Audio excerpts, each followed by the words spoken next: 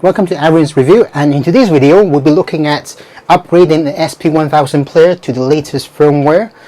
Namely, for those of you who are aware of this, the Sp1000 amp has been out a week or more now, and you are able to buy that amp to use this player.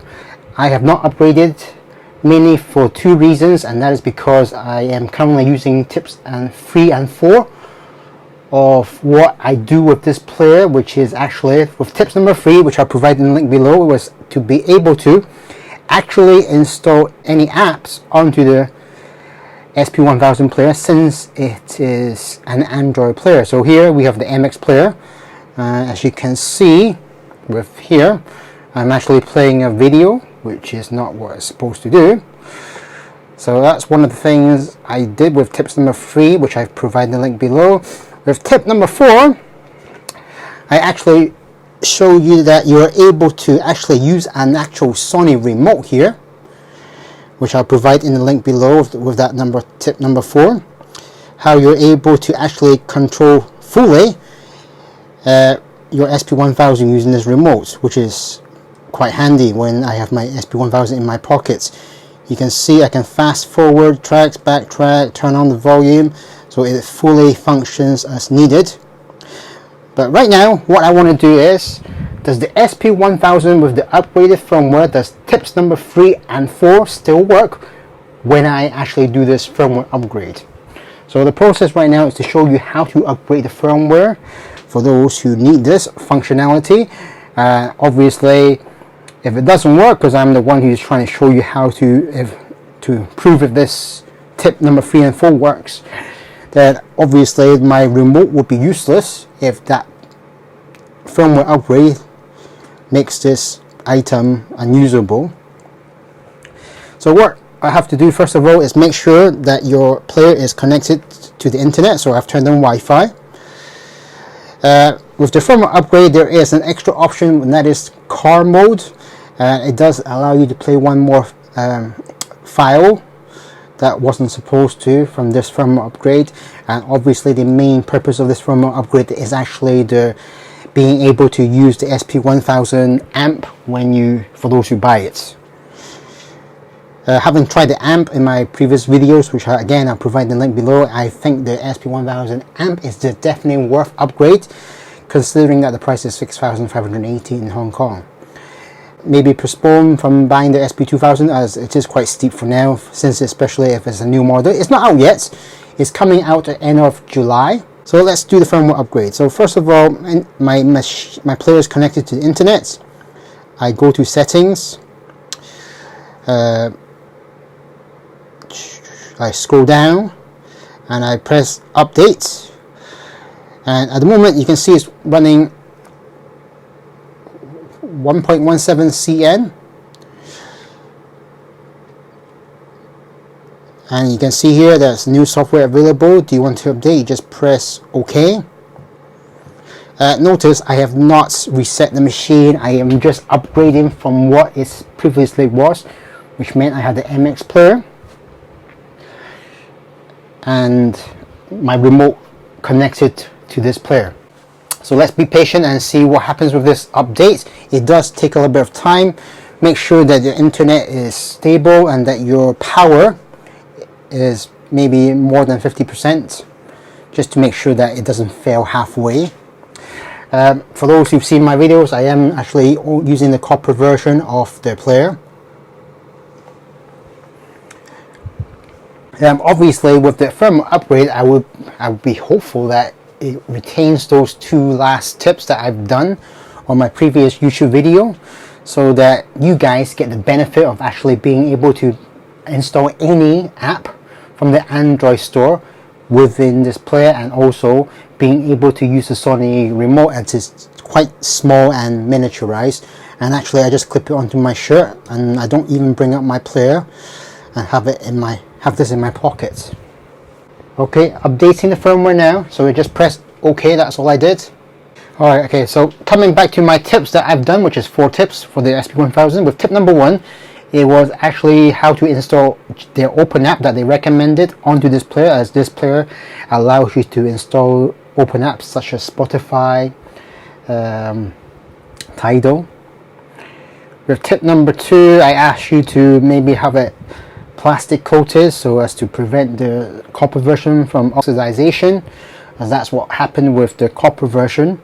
It also does fantastically well with the stainless steel version. With tip number 3, I actually showed you how to install any Android app onto the Sp1000 or SE100 player. And finally, with tip number 4, how to remotely control the Sp1000 using various apps, which is possibly not known to you guys. But now let's come to the crunch. I mean, the system is installing. It is taking a bit of time. Just be patient. Remember, don't touch the machine. My main concern is that it crashes halfway, and that means that I have to take it to the supplier as to get it fixed somehow. Okay, it seems like it has finished installing, and there we go. We're back to the Estelle and Kern screen.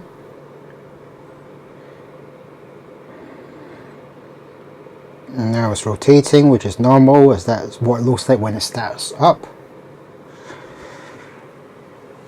So let's just hope that the tips number 3 still works and tips number 4 still work.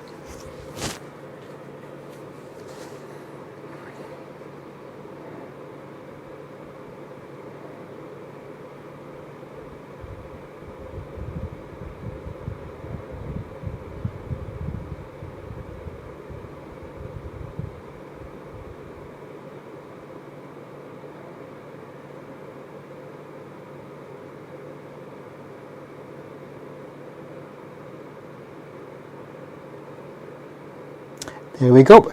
Right, so the first thing that I'm going to test is to make sure that tip number 4 still works, which is my remote, which is the thing that I use always. Okay, as you can see, the remote doesn't seem to be connected. So let me test out tip number 3, where we have the MX player. Okay, good. MX player does seem still work. Let's try it out. Resume. Okay, good. So the MX player, tip number 3, still works, so you can upgrade fully. With tip number 4, with the Bluetooth remote, which is the one that I actually need more of, as that is what I use to control. Let's see. Oh wait, I know why. Maybe, first of all, in order to use this remote, you must press the play button first time as to fully activate it. Once it's activated, then the remote fully works. The first time. Oh, yep. The remote actually still works after the firmware upgrade. So, for those of you guys who are thinking of not upgrading the firmware, I'm happy to say that the Estelle and Kern still allows us this functionality. So I would like to say a thank you for Estelle for allowing us to keep these tips or these tricks that we are able to do on the Sp1000 player. As far as I'm aware, the new firmware does now have a car mode, which is what I just pressed, and that is what happens with the car mode. It rotates into the screen. And that is roughly what is extra. This is actually the first time of me using the car mode. I'm assuming that this is like an Android, so let's see if I'm able to go out of this. I think I have to press here. Yep, I have to. So in car mode, when you turn it on, in order to go back out, as this is the first time I'm using it, you press this exit button on top. Also, with the upgraded firmware, there's also one thing that I need to do if I were to actually purchase the Sp1000 amp. At the moment, I'm still thinking, as that is the cheapest option, because the Sp2000 will be too dear to buy, especially when it's brand new. As far as I'm aware, it's like 30,000 in Hong Kong, regardless which one you go for. So what have I found out about the new firmware? As far as I'm aware, if I go to settings and then amp, here you go.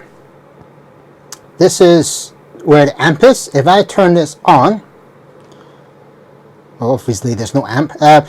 With the amp, this is how you turn it on. This is low gain, there's high gain. When you have the amp plugged into your SP1000, the amp has also got a blue light here. You can disable it depending if you want to save some batteries. The amp does last for 9 hours, and as I mentioned, it is a definite upgrade because I have tested it.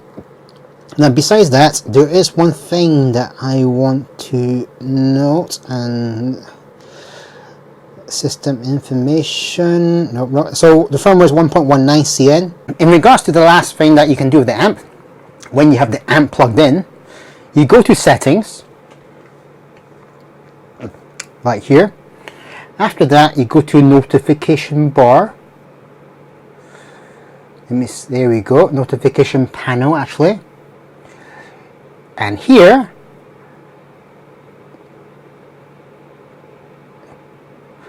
you are able to add the amp onto your drop down menu. So you can do settings, you can do gapless, you can do car mode.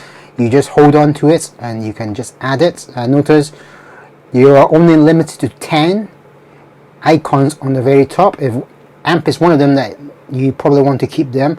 And the one that I would not probably use is probably this one. So I'm going to drag this one out. I do use settings. I don't use wheel unlock. So yep, so this is so that you, when you actually drag from the very top, like so, you are able to have amp there. And that is what the firmware update does on the SP1000 player. Hopefully you found this video useful, and again, do click subscribe. I will be doing more videos of any monitors, food, and various other things. Thanks for watching, guys. See you again soon.